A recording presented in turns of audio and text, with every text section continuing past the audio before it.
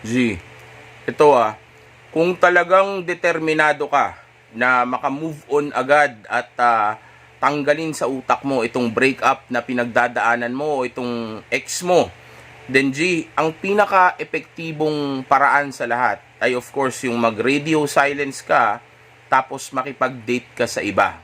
Okay? Yes, effective yung pag-workout, yung self-improvement, yung magkaroon ka ng bagong hobby, yung mag-focus sa grind and purpose. Pero ang pinaka-epektibo sa lahat ay walang iba kundi yung makipag-date ka sa iba. Lalo na kung yung makaka-date mo ay mas mataas ang value sa kanya. Okay? Yung sabihin nating mas maganda, mas bata, o sabihin nating mas okay sa kanya. Okay? Dahil sa moment na iyon, ang ginagawa mo ay pinupunan mo yung bagay na nawala sa iyo, which is yung actually yung mga may po-provide ng babae sa iyo. Okay? Lalong-lalo na yung romantic na connection at yung alam mo na, yung isang bagay na nagagawa ng babae sa atin. Okay?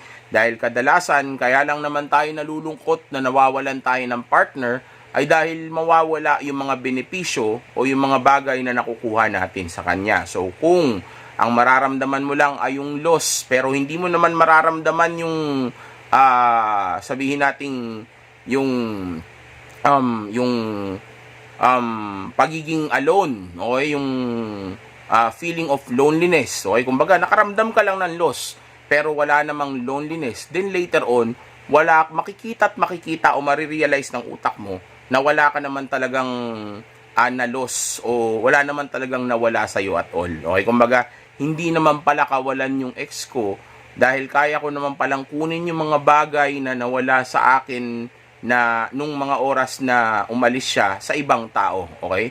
Actually, hindi lang sa ibang tao, kundi sa ibang bagay din. Dahil kaya mong maging masaya sa maraming mga bagay.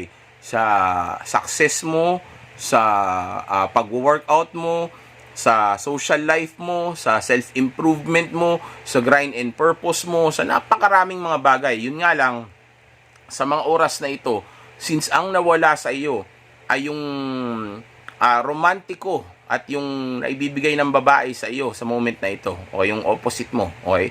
Since nawala yon, yung doon sa may loob ng kwarto, nawala rin yon, okay? Then of course, yun yung hinahanap ng utak mo o ng katawan mo sa mga oras na ito, pati ng emosyon mo. Okay? Dahil nga, yun yung nawala sa iyo. Alam nga namang nawalan ka ng sapatos, tas bumili ka ng brief, 'di ba? O kaya nawalan ka ng ng t-shirt, pero bumili ka ng skateboard, 'di ba? It doesn't make sense. So, that's why mabuti kung makikipag-date ka sa ibang tao, okay? Mabuti kung sabihin nating instead na magmukmuk ka o damahin mo yung breakup ninyo o parusahan mo yung sarili mo, ang gawin mo ay enjoy mo itong mga oras na ito. Isipin mo single ka. Ilang mga oras din sa panahon mo sa buhay mo. Sabihin nating maraming mga times na gusto mo rin naman na magkaroon ng iba noon o subukan na magkaroon din ng ibang mga babae nung time na kayo pa ng ex mo. Okay? Tapos yun nga lang, hindi mo tinutuloy, 'di ba, nung mga time na yon. Pero ngayon, na ano ka na, 'di ba? Kumbaga kasi ang rason kung bakit hindi mo tinutuloy kasi nga of course may commitment ka pa. Pero ngayon, ano ka na, single ka na. Kumbaga legal kang gumawa nito ngayon. Bakit hindi mo ngayon gawin, 'di ba? Kumbaga ngayon mo nga dapat ito i-enjoy. Kung dumating man ang time na magkaayos kayo ng ex mo, then fine. Kung dumating yung time na yun, kung gusto mo pa rin gawin yun. Pero para sa akin, mas maganda kung i-downgrade mo na lang yung ex mo sa dating. Tapos enjoy mo na lang ulit yung life mo kasi sayang. Ang dami mo nang nasayang na buhay nang dahil lang sa relasyon na yan. Ang dami mo nasayang na oras pala, hindi buhay. Ang dami mo nasayang na oras sa buhay mo nang dahil sa relasyon na yan. Ang dami mo mga opportunity na na-miss. Ang daming energy, pera na natapon nang dahil lang sa pagrelasyon sa babae. So sayang kung makikipagrelasyon ka ulit sa kanya. So better kung i-downgrade mo na lang sa dating. Okay? So yeah, that's the point there. So better kung gano'n na lang muna, tapos enjoy mo, mapag-date na rin muna sa iba, di ba? Tapos focus ka lang muna sa grind and purpose mo kaysa dyan sa relationship ninyo. Dahil napakaraming babae sa mundo. Okay? But anyway, yung point ko nga is, kung gusto mo na mapabilis yung pag-move on mo, ang bagay na ginagawa mo o bagay na dapat na ginagawa mo ngayon ay yung sabihin nating makipag-date ka nga sa iba. Okay? Yung kumbaga palitan mo yung bagay na nawala sa iyo. Yun yung nawala eh. Hindi mo naman siseryoso in this time. Hindi ka rin makikipagrelasyon. Makikipag-date ka lang muna habang nasa moment ka na nag-grieve ka pa sa bagay na nawala sa iyo. Kumbaga nagluluksa ka sa loss mo eh. Dahil syempre talo ka eh, 'di ba? Para mga athlete, 'di ba, nasasaktan 'yan pagka natatalo sila, 'di ba? So ikaw ganun ka rin, nasaktan ka kasi natalo ka. So later on matatanggap mo rin yung pagkatalo na yan, pero wag mo namang hayaan na habang nandun ka sa moment na nagigrieve ka o sabihin nating dinadama pa ng utak mo yung loss mo, magmumukmuk ka o paparasama yung sarili mo na maging mag-isa ka, yung maramdaman mo pati yung loneliness. Okay na yung loss, okay? Yung wag mo nang idagdag yung loneliness pa. Kumbaga, okay na yung loss lang para later on yung loneliness mo na yun, since di mo naramdaman yun, mangyayari niyan, later on makikita mo rin o marirealize mo na wala naman talagang loss at all. Wala naman pala talagang nawala. Okay? Wala naman pala talagang nawala sa akin. Actually, mas masaya pa nga na ganito yung buhay ko ngayon. Okay? Kesa noon. Alright? So, go ahead o lumabas kayo, makipag-date kayo sa iba. Okay? Enjoy ninyo yung moment na ito habang single kayo, habang malayang-malaya ka pa, 'di ba? Dahil baka mamaya mas gusto mo pala to, mas okay pala to sa iyo. Yun nga lang, akala mo mas okay yun kasi yung pa lang yung nasusubukan mo. Okay? Baka pala pag nasubukan mo na dating lang muna o wala mo nang seryosong relasyon, tapos nakafocus ka lang muna sa grind and purpose mo, baka mas maging successful ka pa o mas maging maayos pa yung buhay mo sa ganitong klaseng sitwasyon. So, itry mo muna. Kasi wala ka rin naman choice eh. Hiwalay pa naman kayo ng ex mo. So, makipag-date ka muna sa iba. Tapos, ituloy mo lang radio silence. Kapag ka nag-message na sa iyo o nag-reach out na, alam nyo naman ako anong dapat gawin. Sinabi ko na yan sa radio silence. O kailangan niya assistance ko o yung coaching ko, just you can actually book your coaching slot kay sa assistant ko, okay? Sa Alpha Wolf Mentality PH page sa YouTube, okay? I-check nyo kung yun yung legit may mga fake na page dyan, baka ma-scam kayo o sabihin nating ano pang mangyari o ano pang gawin sa inyo ng mga yan, okay? Dahil maraming mga alam nyo naman kawatan dyan. So yeah, check nyo kung tama yung page, tapos magpabook na lang kayo ng slot ninyo for coaching. Okay, pero nasa video ko naman na yung mga sagot eh. So better kung panoorin nyo na lang. 'Di ba? Mas maganda yun. Magagawa nyo pang panoorin yung video ng paulit-ulit. Yun nga lang, mas maganda rin kung marinig ko yung case ninyo para alam ko kung anong gagawin mo. Okay, o kung ano yung mga nangyari. Para masabi ko sa'yo kung ano yung pinaka-fit o pinaka-best na solution sa sitwasyon mo. Pero sa ngayon, kung ang problema ay yung matanggal mo lang siya sa utak mo, yung hindi mo siya iniisip palagi, yung para hindi siya palaging inaasam-asam mo, 'di ba? O namimiss mo palagi, 'di ba? O yung hindi palaging siya yung laman ng utak mo nga. Kung yan yung bagay na gusto mong mangyari sa ngayon, ang gagawin mo lang is makipag-date ka sa iba. Okay, tandaan mo, kung sapatos yun nawala, din sapatos ang kailangan mo. Pero hindi ibig sabihin na this time, uulitin mo ulit yung katangahan na ginawa mo para mabili yung huling sapatos na nawala sa'yo. Kumbaga, kung dati bumili ka ng sapatos na na ganun pala, mabilis palang manakaw yun kapag nilagay sa labas, ganun. Kumbaga, matututo ka na this time. Okay, well actually, hindi ko alam kung paano mag-make sense yun, pero ang ibig sabihin ko is, kumbaga, dapat may matutunan ka lang dun sa sitwasyon na iyon. Okay, kumbaga, pagka bumili ka nga ng sapatos this time, magiging ka na, mas mautak ka na dapat kung paano gamitin yung sapatos mo na yun. Okay, so this time, magkakaroon ka ulit ng bagong sapatos, which is yung bagong date mo. Okay, pero ngayon hindi mo na siya syusyutain. Kumbaga, i-date mo na lang muna siya dahil nga galing ka pa rin sa breakup. Okay, kumbaga, lang muna to, sa moment na to, nasa chill mode ka lang muna. Ka lang muna, casually dating ka lang muna. Okay, ganun lang gawin mo. Parang lang siya, enjoyment mo lang muna to moment na ito. Okay, para magawa mong malibang. Okay. Hinahanap ko kasi yung salita. Mala. Okay. Malibang yung utak mo sa moment na dinadama mo pa yung loss. Okay lang yung loss, wag lang yung loneliness. Dahil yung loneliness, ikaw na may kasalanan yan. Dahil pwede namang hindi ka maging lonely kung gagawin mo lang yung mga tamang bagay. Yun nga lang, kadalasan kasi mas pinipili ninyo mag-isa. Dahil mas gusto niyo damahin yung drama, may payak-iyak pa kayo, di ba? May pa-drama-drama pa kayo dahil nawalan kayo ng ex ninyo. Mas gusto niyo yun low-key.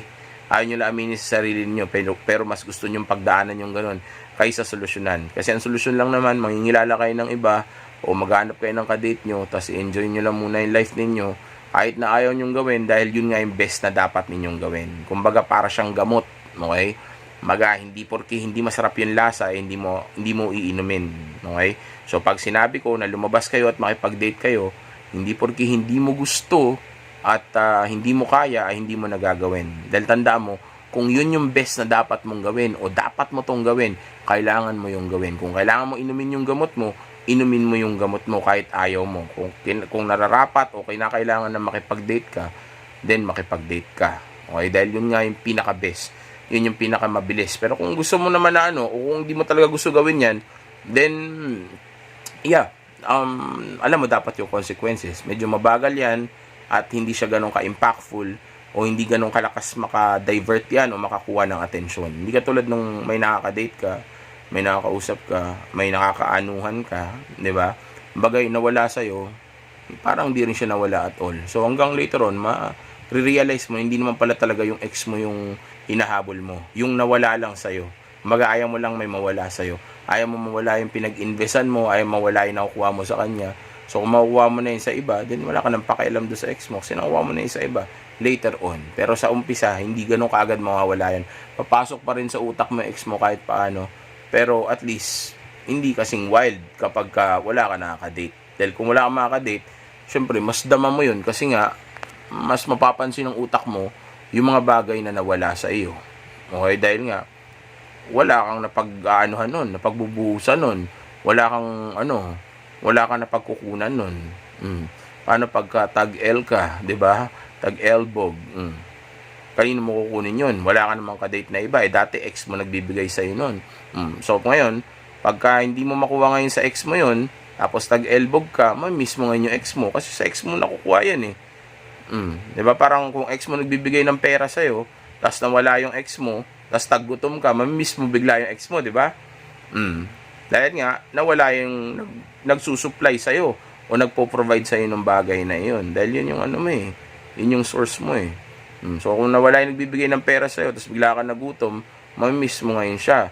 So, kung nawala ngayon yung ex mo, na nagbibigay sa'yo ng, masayang moment sa loob ng kwarto, tapos tag-elbog ka ngayon, then miss mo ngayon siya.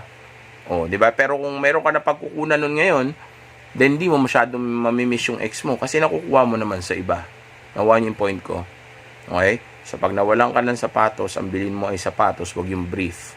Okay, wag yung wag t-shirt. Sapatos na wala eh. Di sapatos din ang bilhin mo. Para pagka kailangan mong lumabas o kailangan mong gumawa ng isang activity na kailangan ng sapatos, hindi mo miss yung isang sapatos mo kasi may bago ka nang nagagamit na sapatos ngayon. Okay, well, I'll be honest with you guys.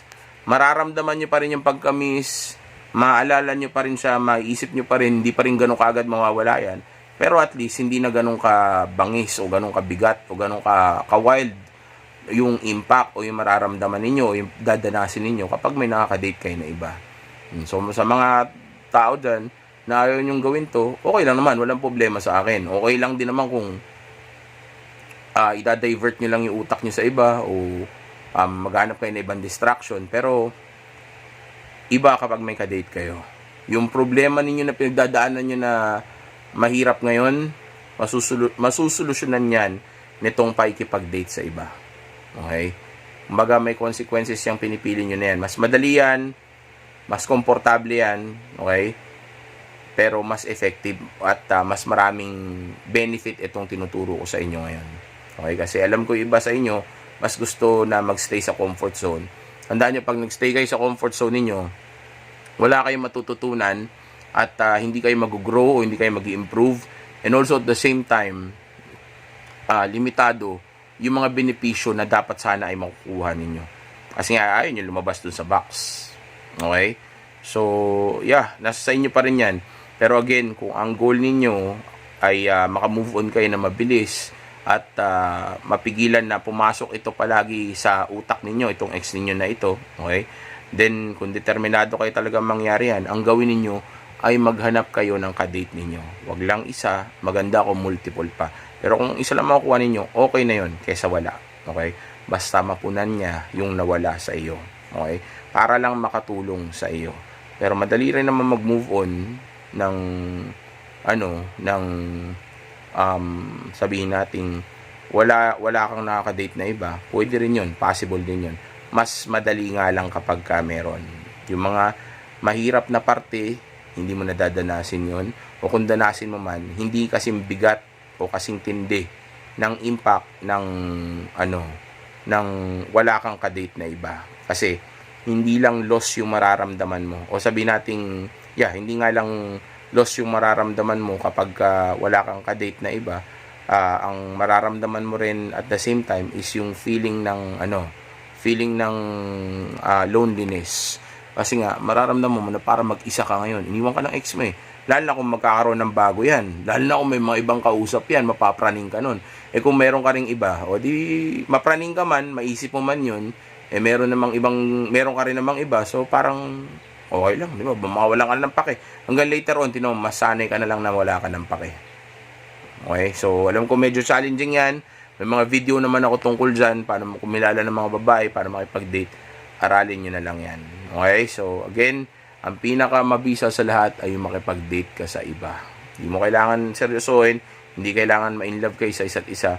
Mag-date lang kayo, enjoy mo lang, kaysa magmukmuk ka at parusahan mo ang sarili mo. Okay? Enjoy, stay!